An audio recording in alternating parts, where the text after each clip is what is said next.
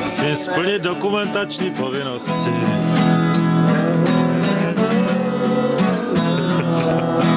Dokumentační povinnosti musím ruku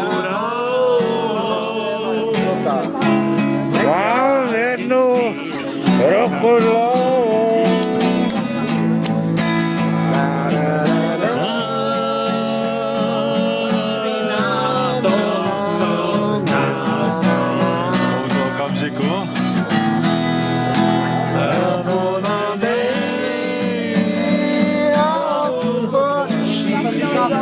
Chci splnit dokumentační povinnosti, kouzlo okamžiku.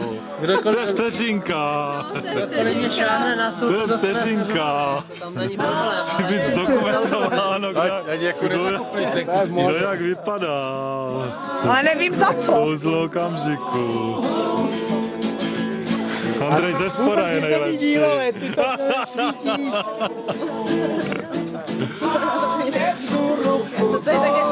Šárko, ty máš sice překročenou stopáž, ale udělám ještě výjimku. Šárka je na... Taneček invalidů ti zatancuje. To jsem přesně chtěl. A co se ti stalo, že se považuješ za invalidu? Naši normálně na salenu a šišli tak. Invalidy. Všichni nám zastavili. Možná zkoordinovat pohyb, tak to nejde. Tak to nedám. Tak když vylezeš, když tak vylezeš na břicho, tak ti pak každý dostane. To je odzkoušená. Já bych dostavil. Jo, Z dokumentaci ještě.